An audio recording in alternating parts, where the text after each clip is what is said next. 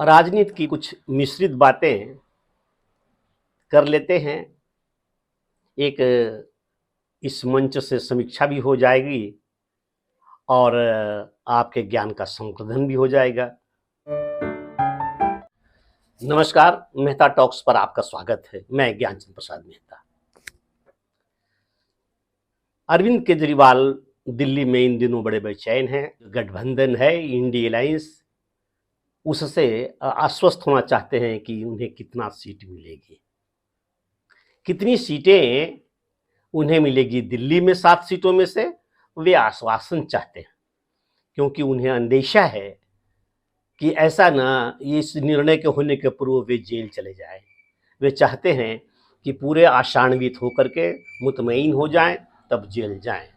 Jail जाने की बात ऐसा नहीं है कि वो जेल जाने ही वाले हैं, लेकिन जिस तरह से वे घिरे हैं जांच एजेंसियों के माध्यम से, हर जगह घोटाले घापले के जो सबूत मिले हैं, इससे ये देखिए, गलती जो करता है वो भले तब तक ये कह सकता है कि मैं गलती नहीं किया हूं, मैं कट्टर ईमानदार हूं, लेकिन जब उनकी जांच होती है और उन्हें पता लग जाता है, एहसास हो जाता है कि सबूत कहां तक उन्हें मिला है, और जब सबूत मिल ही गया है, इतना समझ केजरीवाल को नहीं है, ऐसी बात नहीं है।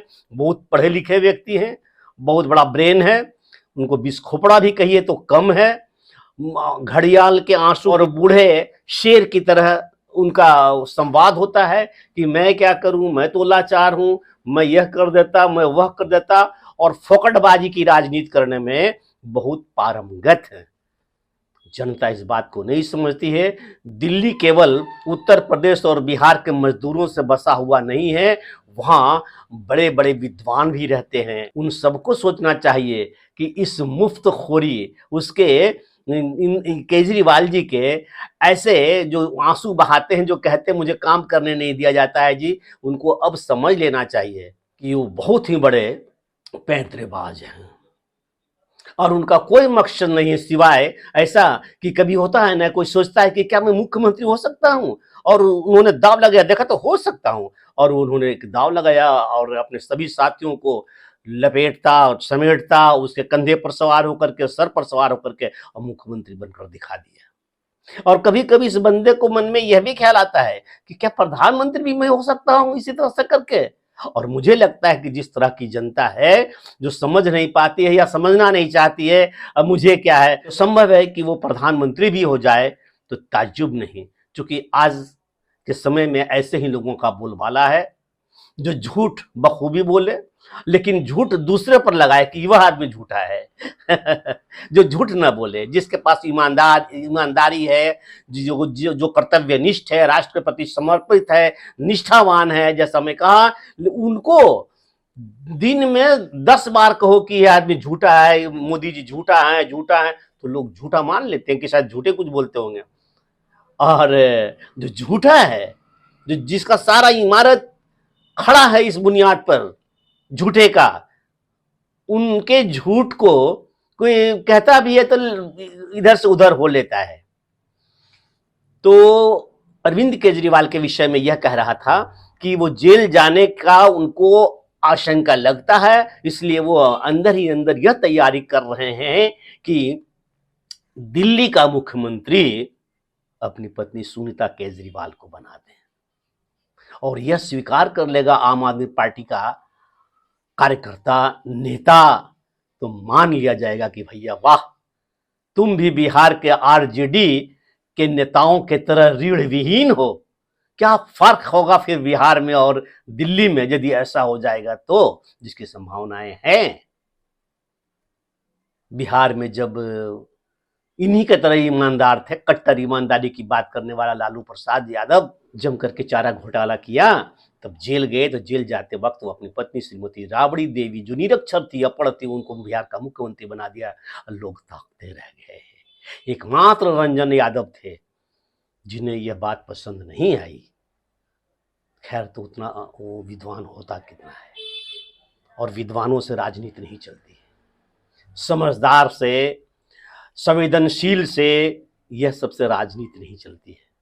इसमें हुड होना आवश्यक है, मूर्ख होना आवश्यक है, बेवकूफ़ी करना की जरूरत पड़ती है। तब इस तरह की राजनीति चलती है, जो राजनीति लालू प्रसाद चला रहे हैं, जो राजनीति अरविंद केजरीवाल चला रहे हैं। उनके अंदर यदि होशियार लोग आएगा तो नहीं चलेगी, लेकिन होशियार लोग आएगा क्यों? क्योंकि अरविंद केजरीवाल के पॉलिटिक्स में दिल्ली के छटे हुए सेकंड लाइन के वे गुंडे हैं, वे बदमाश हैं, वे लठीधर हैं, वे बाहुबली हैं, जो कांग्रेस में रहने से बच गए थे, कांग्रेस में होने से चूक गए थे। इसलिए उनका एकमात्र शत्रु कांग्रेस था। कभी उससे लड़ करके क्या क्या नहीं कहा, कितने कितने सबूत का पुलिंदा बांध करके केजरीवाल चलते थे। श्रीमती शीला दीक्षित जी अब तो दिवंगत हो गई, प्रणाम करता हूं उन्हें, उनके विरुद्ध, लेकिन क्या निकला? कुछ नहीं, बस गद्दी हासिल कर ली। ये एक चमत्कार, वो जो कहते हैं नजरबंद के तरह लोग देखते रह गए। और कांग्रेस कहां फेंकी चली गई? कांग्रेस का कोई परम शत्रु है तो आम आदमी पार्टी का केजरीवाल है। लेकिन आज देखिए, कांग्रेस बराबर चाहता है कि आम आदमी पार्टी उसके साथ रहे, आम आदमी पार्टी को वो मदद करना चाहता है, क्योंकि आम आदमी पार्टी कांग्रेस को हर जगह डैमेज दे सकती है, और दिया है गोवा आदि के चुनाव में। आज जब वो जेल जाने के पहले वह चाहता है कि पहली मीटिंग जब हुई थी विपक्षी दलों की पटना में, तो जो बोलबाला था नीतीश कुमार का, वो उनका पानी उतर गया जाकर के बेंगलुरु की बैठक में। वहाँ इनका महत्व, अस्तित्व कम हो गया और INDIA का गठन हुआ, इंडी अलायंस जिसको बोलते हैं। और इंडी अलायंस में इनको तो कोई तवज्जो दी नहीं गई, न ये संयोग बने नीतीश कुमार, सब कुछ चला गया राहुल जी के हाथ में। और उनकी बैठक होने वाली है, तीसरी बैठक मुंबई में 31 अगस्त या 1 सितंबर को। तो उस बैठक में भी किसको कहाँ कितनी सीटें मिलनी है चुनाव का, यह बात नहीं होने जा रही है। और ये चाहते हैं अरविंद केजरीवाल कि कांग्रेस द्वारा उन्हें आश्वासन मिल जाए कि कितनी सीटें दिल्ली के लिए उन्हें मिलेगी, और वो इस पर दबाव देना चाहेंगे कि से अधिक सीटें मिली, और भी तो कुछ जगहों में। नहीं तो ये ब्लैकमेल करने में थोड़ी भी देर नहीं करेंगे केजरीवाल कि तुम्हें छत्तीसगढ़ और राजस्थान के चुनाव में नाको चने चबा दूंगा और पूरा लड़ूंगा तो कांग्रेस को हानि करेंगे। और कांग्रेस इस हानि से बचने के लिए अरविंद केजरीवाल के आगे घुटने टेकेगी, ताकि भारतीय जनता पार्टी के कैंडिडेट जीते ना, भारतीय जनता पार्टी को कोई लाभ हो ना, देश को, राष्ट्र को कोई लाभ हो ना हो। ये जो घरेलू राजनीति है, राष्ट्रीय राजनीति है, इसकी कूटनीति हर किसी का सफल होना चाहिए। तो मेरी बात कहने की यही थी कि यह जो परंपरा है असंवैधानिक तो नहीं है, लेकिन अपने बाद अपनी पत्नी को बना देना, जिस पर बराबर प्रहार कर रहे हैं आदरणीय मोदी जी, यह परिवारवाद बहुत अच्छी चीज नहीं है। हाँ, यदि परिवार में सक्षम राजनीति करने वाला कोई हो तो कोई दिक्कत नहीं। डॉक्टर है, डॉक्टर का बेटा यदि डॉक्टरी पढ़ा और वास्तव में वो भी अच्छा डॉक्टर है, तब परिवारवाद इसको नहीं कर सकते हैं, क्योंकि उसने मेहनत करके, प्रशिक्षण करके डॉक्टर का, मेडिकल का कोर्स पढ़ा है और वहां से उसने डिग्री ली है, उपाधि ली है, तब मेडिकल और डॉक्टर होता है। लेकिन इस राजनीति में क्या है? क्यों बन गया राजनीति का बेटा, किसी मुख्यमंत्री का बेटा नेता? कोई कोर्स किया है क्या?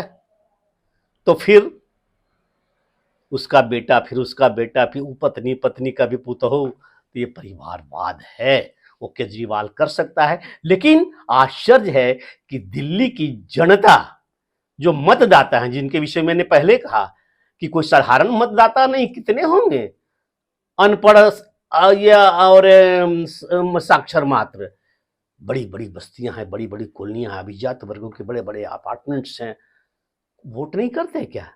तो क्या वो भी फोकटबाजी के चक्कर में पड़ते हैं? बहुत ऐसे। समझिए, केजरीवाल वास्तव में जिस तरह से सड़कों पर, गलियों में जो खेल दिखाता है डोगी बजा करके, आंख मुंह तो डब्बा गायब, इस प्रकार से वो मधाड़ी है, और हम आप उनको गंभीरता से नहीं लेते हैं। यही कारण है कि ऐसे लोग छाए रहते हैं। लोकतंत्र में जो कमी है उस कमी का ये लाभ उठाते हैं। पढ़ लिख करके भी इस तरह की बात करते हैं कि मानो वो अपढ़ हैं, ताकि वो जनता हमारी अपढ़ रहेगी, जनता हमारी अनपढ़ है, उसके लेवल में हम जा सकें।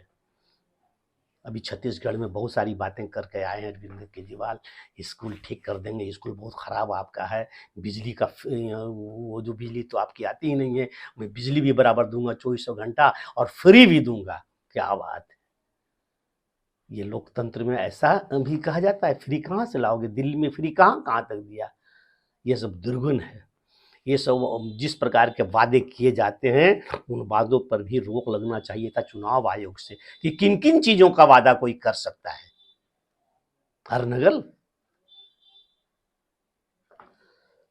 तो आशा है ये थोड़ी सी में जो मेरी ये प्रस्तुति थी केजरीवाल को समझने की और इस प्रकार की राजनीति को समझने की, और इस प्रकार की राजनीति जो आजकल बड़ा सिंथेटिक ढंग से स्वीकार हो रहा है समाज के अंदर, यह नहीं होना चाहिए। इसमें केवल जनता का ही नहीं, जनता का तो तब बनता है जब वो वोट उनको देना है, तब उनको सोचना समझना है। इसके पूर्व जिस पार्टी के कार्यकर्ता हैं, जिस पार्टी के नेता हैं, उनको समझना चाहिए कि क्या गलत हो रहा है, पार्टी का कॉन्स्टिट्यूशन क्या कहता है, क्या होना चाहिए था। यदि वास्तव में आपका समर्पण पार्टी के माध्यम से देश के लिए है तब, और अन्यथा केवल ऐसे ही है तो, क्योंकि आपको यह मानना चाहिए एक दूसरी तीसरी धारा भी कहीं काम करती है शक्ति इस देश के अंदर, जो नहीं चाहते कि राष्ट्रवादी शक्ति सत्ता में रहे, जो नहीं चाहते हैं कि मोदी जी और इस प्रकार के लोग के हाथ में देश का नेतृत्व हो। वे चाहते हैं बिल्कुल बर्बाद होने की स्थिति में जिस किस्त को प्रधानमंत्री हो जाए, जैसे तैसे देश का नेतृत्व रहे, छिन्न भिन्न रहे, कुछ रहे ही नहीं सही सलामत कहीं से, ताकि जिस जहां पाए वहां से मुंह मार करके नोचा जा सके, पता ही नहीं चलेगा कितना कहां से नोचा गया है। आशा है यदि ये वीडियो पसंद आया हो तो आप आज्ञा दें, तो अगली बार मैं कुछ ऐसा ही वीडियो लेकर के आऊँगा। तो कृपया लाइक, सब्सक्राइब और बेल आइकन दबा दें। नमस्कार, धन्यवाद।